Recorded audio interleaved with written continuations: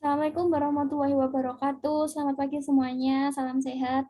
Pada pertemuan kali ini, pembelajaran sejarah peminatan kelas 11, yaitu pertemuan pada bab ketiga, yaitu revolusi besar dunia dan pengaruhnya pada kehidupan pada masa kini.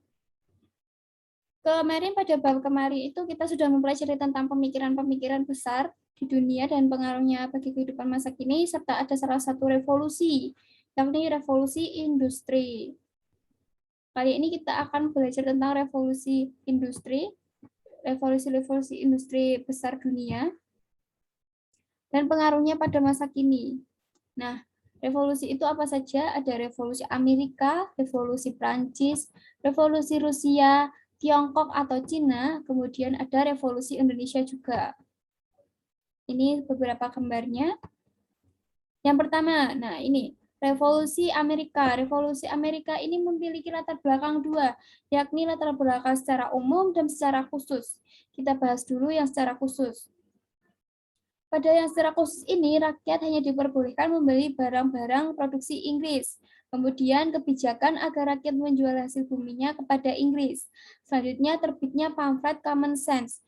Rakyat ini hanya boleh menjual atau membeli hasil bumi dan barang-barang produksi dari Inggris.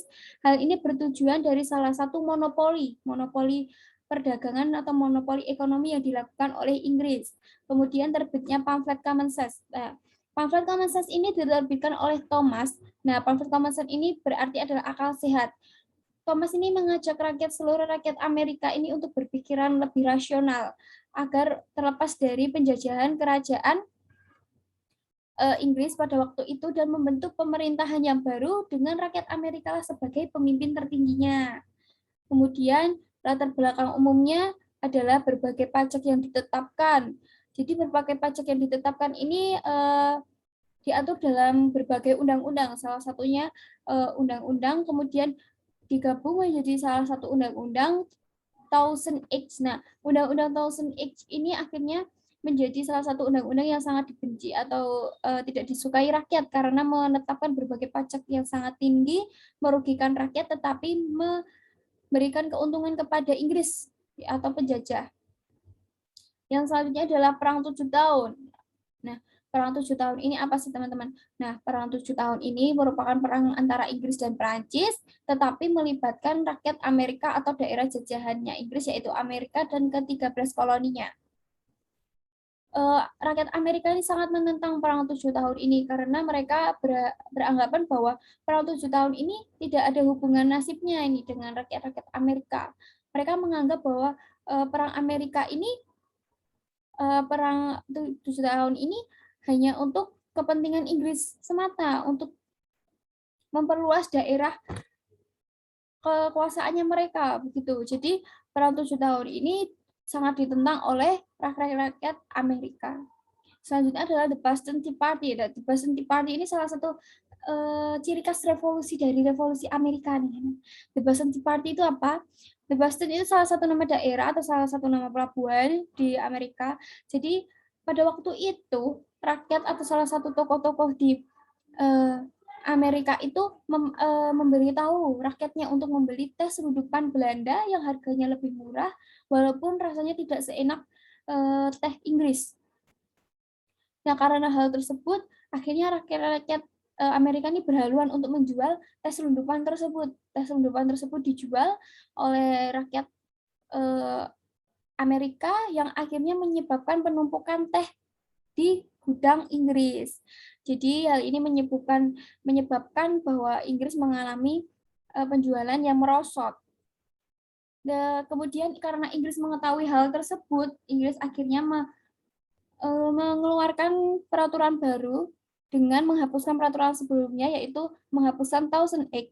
Karena Thousand Acts ini dihapuskan, bukan berarti pajaknya juga ikut dihapuskan. Rakyat sangat kecewa karena ada penghapusan Undang-Undang Thousand Acts ini, tetapi pajak yang tinggi itu masih tetap dipertahankan, hanya digantikan dengan undang-undang yang terbaru. Undang-undang yang terbaru itu apa? Undang-undang yang terbaru yaitu TX. Nah, undang-undang terbaru TX itu akhirnya menjadi salah satu tonggak utama revolusi Amerika. Undang-undang ini isinya apa sih? Undang-undang dari The Boston Tea Party, yaitu undang-undang ini berisikan tentang adanya penjual tunggal teh atau produksi bumi ke 13 koloninya, yaitu Inggris, dalam Community East Indian Community atau AIC. Nah, itu tuh menjadi salah satu komunitas yang berhak untuk menjual teh dan hasilnya kepada para kolonialnya Inggris, sehingga disitulah munculnya kemarahan-kemarahan dari rakyat-rakyat Amerika. Pada akhirnya rakyat Amerika ini ke pelabuhan Boston untuk menyamar dengan menggunakan pakaian dari India atau Indian itu, kemudian menyamar menjadi rakyat-rakyat India dan kemudian masuk ke dalam kapal-kapal atau masuk ke pelabuhan-pelabuhan di Boston, kemudian membuang peti-peti teh Inggris ke dalam laut. Karena hal tersebut seperti suasana party, seperti suasana pesta, makanya dinamakan The Boston Tea Party. Seperti itu. Kemudian selanjutnya, nah ini jalannya revolusi. Jalannya revolusi ini apa? Adanya Deklarasi Kemerdekaan Amerika pada 4 Juli 1776. Pada 13 koloni melepaskan diri dari Inggris dan mendirikan negara berdaulat Amerika Serikat. Perang kemerdekaan Amerika Serikat ini terjadi pada 1775 sampai 1783. Perang ini berakhir pada 3 September 1783 dengan perjanjian Traktat Paris Inggris dengan Amerika. Jadi Amerika Serikat itu dengan 13 koloninya akhirnya memutuskan untuk mendeklarasikan kemerdekaannya dengan nama sebagai Amerika Serikat. Akan tetapi hal tersebut mendapatkan pertentangan dari pemerintahan Inggris atau kerajaan Inggris yang menyebabkan terjadilah perang kemerdekaan Amerika Serikat. Di perang kemerdekaan Amerika Serikat ini, pada akhirnya Amerika ini dibantu oleh beberapa negara, yaitu Prancis dan Spanyol. Nah, Prancis ini berniat untuk balas dendam atas kekalahannya dalam perang 7 tahun dengan Inggris. Nah, perang ini diakhiri dengan Traktat Paris yang berisi yang pertama, Inggris harus mengakui kemerdekaan 13 kolonialnya. Kemudian Inggris harus melepaskan 13 koloninya kepada Amerika, kecuali Kanada. Kemudian Inggris harus mengganti rugi segala bentuk kerugian perang kemerdekaan tersebut. Nah, pengaruhnya ini apa? Pengaruhnya itu ada anti-kolonialisme. Anti-kolonialisme ini adalah semua anti-kolonialisme yang akhirnya berkembang pada masyarakat Amerika yang pada waktu itu sudah merasakan bahwa mereka berpikiran tidak harus menunggu belas kasihan atau menunggu interupsi pemberian kemerdekaan dari Inggris, yaitu rakyatlah yang harus memerdekakan dirinya sendiri dan harus berjuang untuk merebutkan kemerdekaan tersebut. Selanjutnya adalah republikanisme dan demokrasi. Nah, republikanisme dan demokrasi ini apa? Republikanisme ini bentuk suatu negara atau bentuk negara Amerika pada waktu itu yang dianggap oleh rakyat-rakyat Amerika ini sangat cocok sekali pada Amerika Serikat daripada bentuk negara sebelumnya ketika dijajah oleh Inggris. Selanjutnya yaitu ada hak asasi manusia. Dalam hak asasi manusia ini apa saja? Hak asasi manusia ini dimaksudkan bahwa setiap bangsa dan setiap manusia itu berhak untuk menentukan nasibnya sendiri.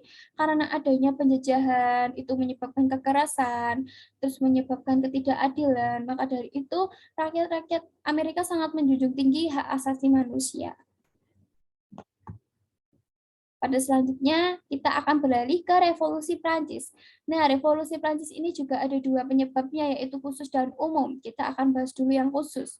Faktor ekonomi, adanya gagal panen beberapa tahun, dan wabah penyakit pada hewan ternak. Faktor ekonomi ini kenapa? Karena Prancis pada waktu itu setelah membantu perang Amerika itu menjadi bumerang bagi Prancis sendiri. Mereka tidak mendapatkan manfaat atau keuntungan apapun, mereka hanya mendapatkan keuntungan menang, tetapi dalam segi ekonomi mereka sangat terbebani. Kemudian terjadilah defisit yang terus-menerus, utang yang semakin menumpuk, rakyat yang semakin sengsara, dan pada akhirnya ekonomi Prancis ini mengalami keanjlokan yang luar biasa, menyebabkan rakyatnya semakin geram dengan kepemimpinan Louis ke-16. Nah, karena hal tersebut, melemahnya kepemimpinan Louis ke-16 ini menjadikan pemerintahan pemerintahan Prancis pada waktu itu semakin merosot ya, karena kehilangan kepercayaan dari masyarakat, rakyat yang mulai memberontak, karena adanya gaya hidup istana yang gemerlap dan mewah, ini menjadikan semakin geramnya masyarakat Prancis terhadap kepemimpinan Louis ke-16. Kemudian kekecewaan rakyat terhadap sistem dan praktik monarki absolut. Di sini Raja Louis ke-16 ini bersifat monarki dan absolut, di mana semua lembaga konstitusi dan pengawasan, semua lembaga pemerintahannya itu berada di bawah kendali atau kuasa dari raja.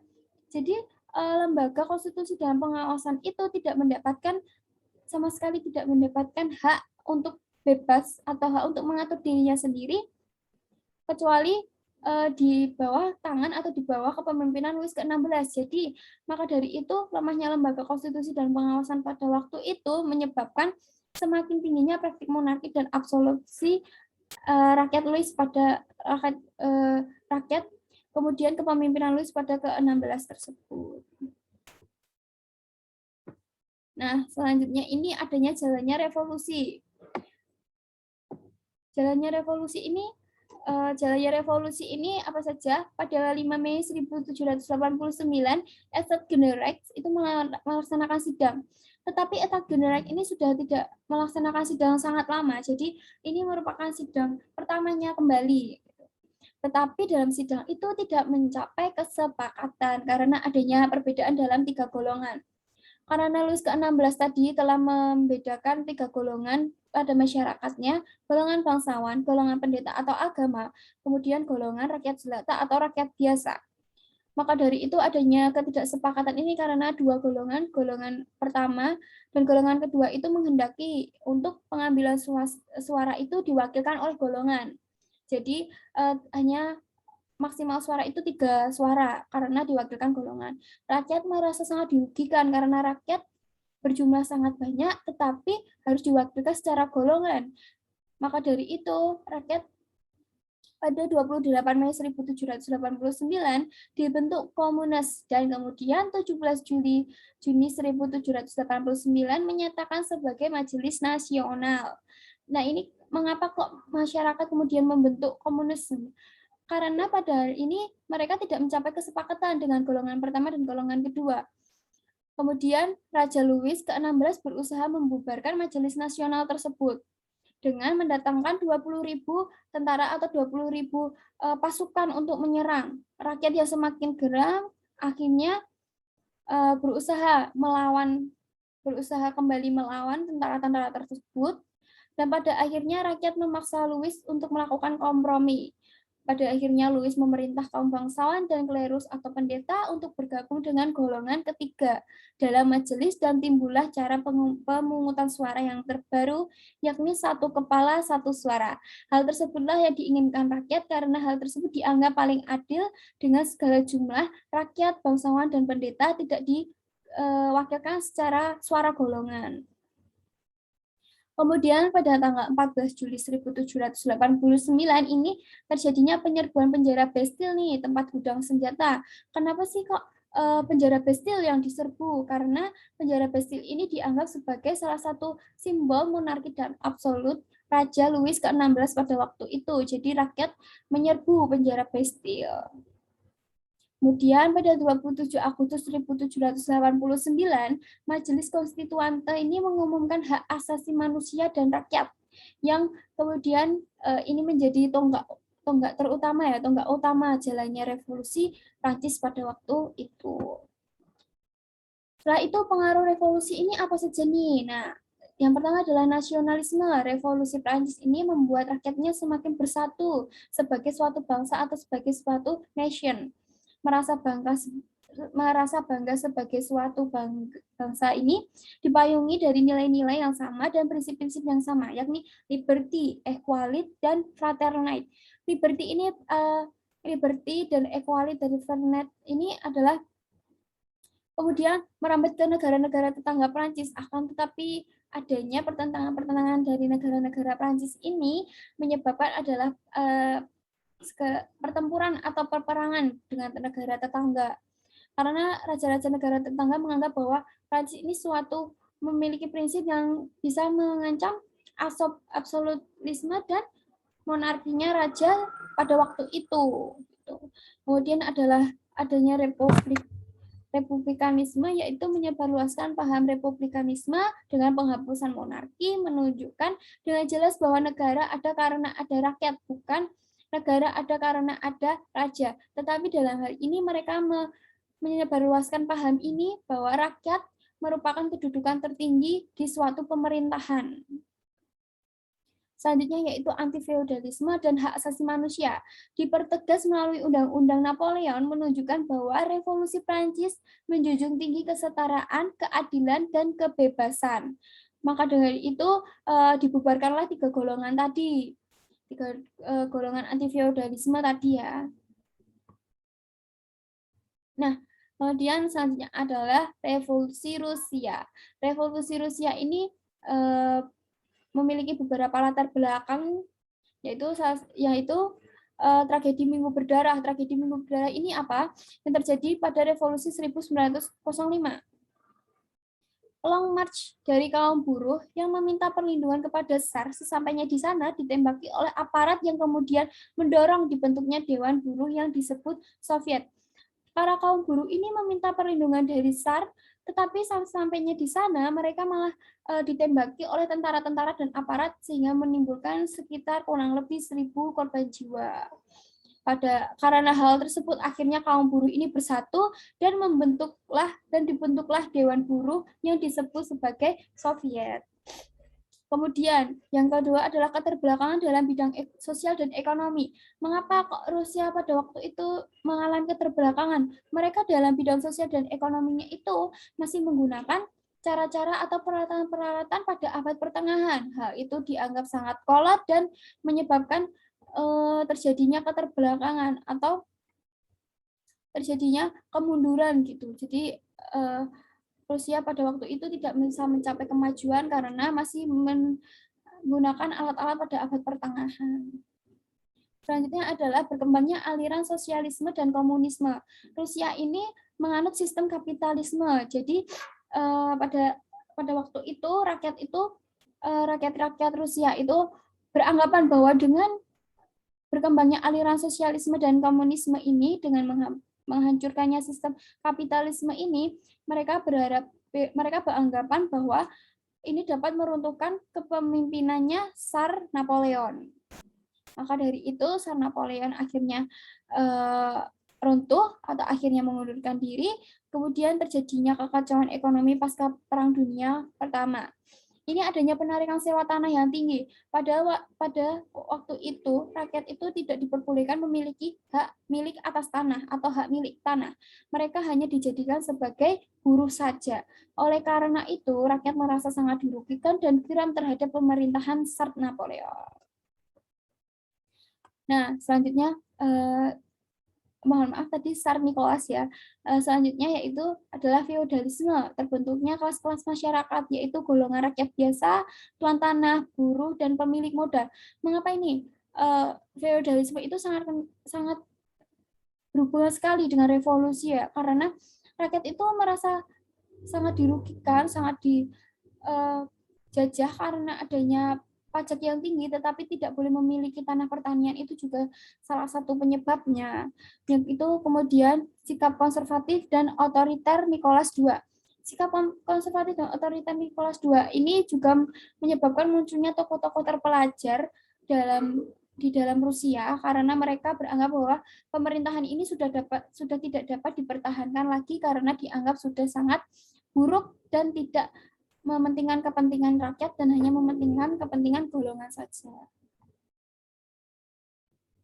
Nah, jalannya revolusi ini gimana? Revolusi pada 1971 diawali dengan demonstran para buruh dengan tuntutan pemenuhan kebutuhan pokok, perdamaian, dan kebebasan. Reformasi pertahanan petani mendapat hak milik tanah. Karena setelah tadi keinginan kaum buruh untuk mengadu kepada Tsar, tetapi setelah sesamanya sana malah ditembaki, kemudian akhirnya rakyat itu membentuk Soviet yang mengeluarkan tuntutan sebagai berikut. Pada 28 Februari 1917, pasukan terakhir menyerah dan Tsar Nicholas II turun takhta. Pada akhirnya, kemudian dibentuklah Koalisi Nasional sebagai pemerintahan sementara. Koalisi Nasional pada pemerintah sementara ini dianggap rakyat juga hampir mirip dengan pemerintahan Tsar Nicholas gitu, masih sangat absolut dan monarki, dengan mereka berpikiran bahwa rakyat-rakyat Rusia yang tidak memiliki pemikiran yang sama dengan tujuan revolusi pemerintah itu dianggap bukan bagian dari revolusi Rusia yang akhirnya dihukum mati atau dihukum.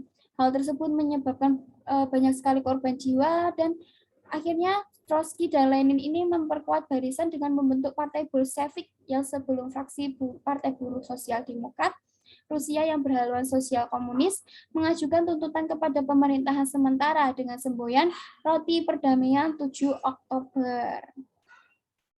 Nah, Roti Perdamaian 7 Oktober ini memiliki beberapa isi, yaitu perang melawan Jerman, Austria, dan Hungaria dihentikan.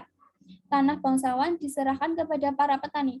Mengapa tanah bangsawan diserahkan kepada petani? Karena dianggap petani dan rakyat-rakyat pada waktu itu tuh sangat dirugikan gitu. Jadi mereka tidak memiliki tanah, tetapi ditetapkan pajak yang sangat tinggi, yang sangat mencekik.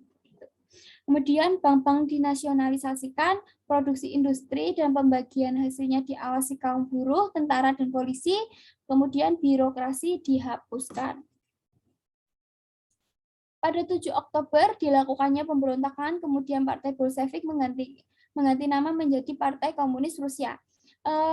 Ini berarti Partai Bolshevik itu melakukan pemberontakan gitu. Kemudian akhirnya pemerintah sementara ini mundur dan kemudian digantilah menjadi Partai Komunis Rusia. Pada 1992 diumumkannya Undang-Undang Dasar baru, yaitu Rusia menjadi Uni Republik Soviet Sosialis atau Uni Soviet. Pada akhirnya kan Rusia ini dikenal dengan Uni Soviet. Nah, kemudian pengaruhnya apa ya? Pengaruh revolusi Rusia. Pengaruh revolusi Rusia itu adanya pengaruh ideologi komunis berdampak cukup signifikan mempengaruhi gerakan nasionalisme dunia. Jadi karena tadi pahamnya itu sosialis dan komunisme yang mempengaruhi Rusia, akhirnya ideologi komunis ini berkembang di Rusia. Dan ideologi komunis ini akhirnya juga mempengaruhi nasionalisme di dunia dan negara-negara tetangga di Rusia. Kemudian ideologi komunis akan memecah negara-negara dunia ke dalam blok-blok. Kemudian revolusi Bolshevik ini melahirkan semangat dan keyakinan baru pada para pemimpin dan kader Partai Komunis Indonesia atau PKI di Indonesia bahwa kaum buruh dan petani apabila bersatu dapat meruntuhkan negara yang kapitalis dan imperialisme atau Belanda, seperti Belanda imperialisme. Jadi revolusi Rusia ini sangat kenal dengan atau ciri khasnya adalah revolusi Bolshevik, sering dikenal dengan nama revolusi Bolshevik. Nah, kemudian kita lanjut ke revolusi Tiongkok. Revolusi Tiongkok ini memiliki beberapa latar belakang, yaitu kekalahan Tiongkok dalam perang melawan Inggris dalam Perang Candu. Hilangnya kepercayaan rakyat terhadap dinasti Manchu dianggap kolot dan bobrok, kekalahan dalam Perang Tiongkok-Jepang 1, 1894-1895. Munculnya tokoh nasionalisme dengan ajaran nasionalisme, demokrasi, dan kesejahteraan. Ini hilangnya kepercayaan rakyat terhadap dinasti Manchu ini akibat apa? Hal ini diakibatkan dinasti Manchu itu mengangkat rakyat saudara-saudara atau keluarganya sebagai penerusnya. Jadi dinasti Manchu ini dianggap sudah kolot dan bobrok oleh masyarakat Tiongkok pada waktu itu atau masyarakat Cina pada waktu itu.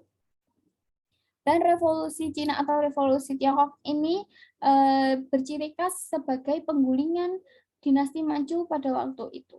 Jadi tujuan mendasar atau tujuan utama dari revolusi Tiongkok ini adalah untuk digulingkannya dinasti Manchu tersebut.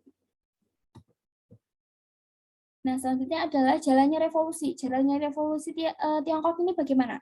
Pada 10 Oktober 1911 ini meletuslah revolusi di Wuchang di bawah pimpinan Li Li Yuanhong dan berhasil menggulingkan kekuasaan Manchu, kemudian dijadikanlah Hari Kemerdekaan Tiongkok. Jadi pada 10 Oktober 1911 ini mereka sudah berhasil untuk menggulingkan dinasti Manchu. Terus kemudian pada 1 Januari 1912, Sun Yat-sen, ini merupakan tokoh yang sangat terkenal pada revolusi Tiongkok, dipilih sebagai Presiden Tiongkok Selatan, berusaha menyatukan Tiongkok di bagian utara dan selatan. Kemudian pada 15 Februari ini karena ada pertentangan atau perselisihan antara Tiongkok atau Cina bagian utara dan selatan, Sun Yat-sen mengundurkan diri dan diberikan kepada Yuan Shikai. Kemudian kepemimpinan ini diambil oleh Yuan Shikai yang kemudian wafat. Setelah wafatnya Yuan Shikai ini baru terjadilah perpecahan dan pertentangan gitu, pemberontakan. Yang setelah Perang Dunia II terjadilah perang saudara antara kaum nasionalisme dan komunis mulai berkobar lagi dan selesai pada tahun 1949 dimenangkan oleh kaum komunis di bawah pimpinan Mao Zedong.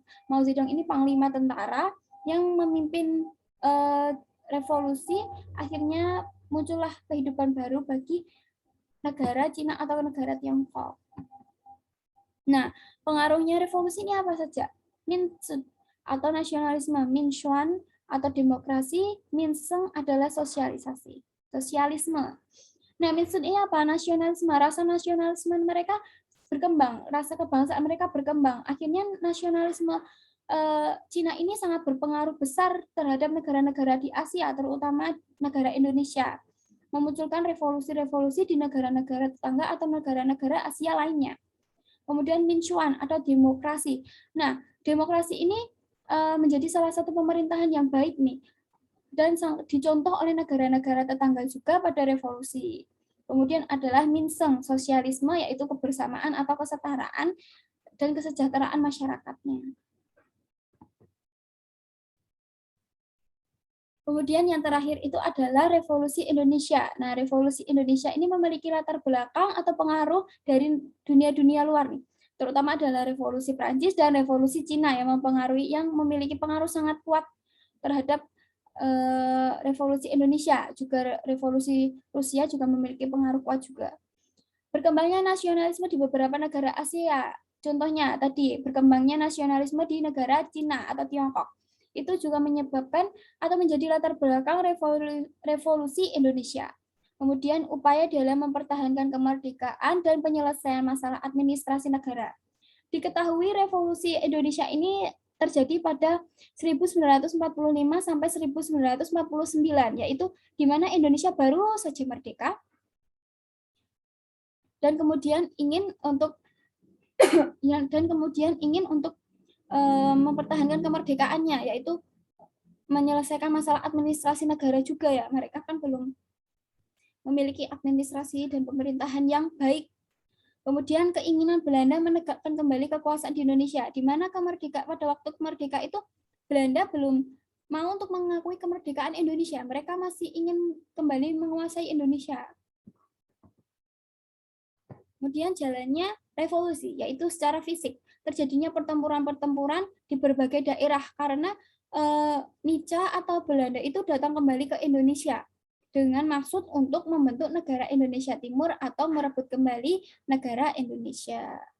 Yaitu antara lain pertempuran Medan Area, pertempuran Ambarawa, pertempuran Surabaya, peristiwa Merah Putih di Manado, peristiwa Bandung Lautan Api, pertempuran Margarana, peristiwa Westerling di Makassar. Beberapa peristiwa ini, contohnya pertempuran Medan Area itu disebabkan apa?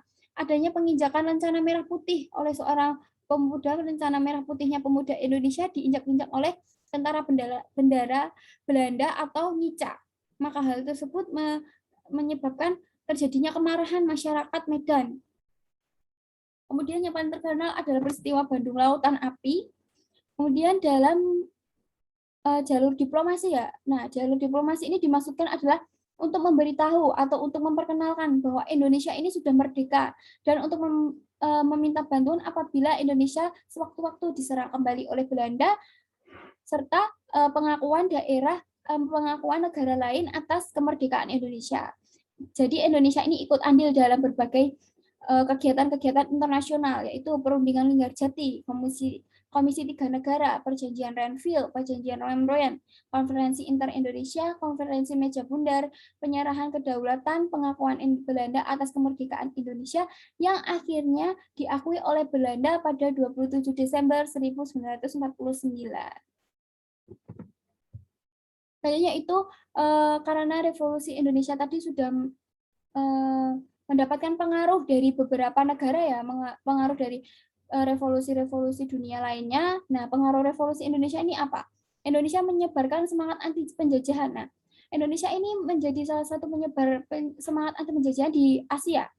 Salah satunya di negara-negara Asia Tenggara seperti Thailand, seperti Malaysia, seperti Brunei. Jadi mereka itu menyebarkan semangat anti penjajahan atau nasionalisme. Kemudian gerakan perdamaian seperti Konferensi Asia Afrika, serta tadi munculnya gerakan blok-blok ya dari akibat dari pengaruh revolusi Rusia, tapi dari pengaruh revolusi di Indonesia ini, Indonesia ikut gerakan non-blok, sehingga beberapa negara juga ikut terpengaruh. Yang terakhir adalah Indonesia sebagai kontingen. Kontingen Garuda merupakan pasukan penjaga perdamaian PBB sejak 1957. Jadi ini merupakan salah satu capaian-capaian Indonesia pada waktu baru saja merdeka dan mempertahankan kemerdekaannya dari disintegrasi Belanda yang ingin menguasai kembali dengan jalur fisik dan jalur diplomasi. Sekian dari paparan materi yang dapat saya sampaikan. Apabila kurang jelas atau ingin ada yang ditanyakan, silakan ditanyakan. Mari kita diskusi, boleh melalui kolom komentar, boleh melalui diskusi di Classroom, boleh melalui chat WA saya secara pribadi. Silakan, apabila ada kesalahan kata atau kesalahan penyebutan, saya mohon maaf. Wassalamualaikum warahmatullahi wabarakatuh. Terima kasih, semangat, dan selamat belajar.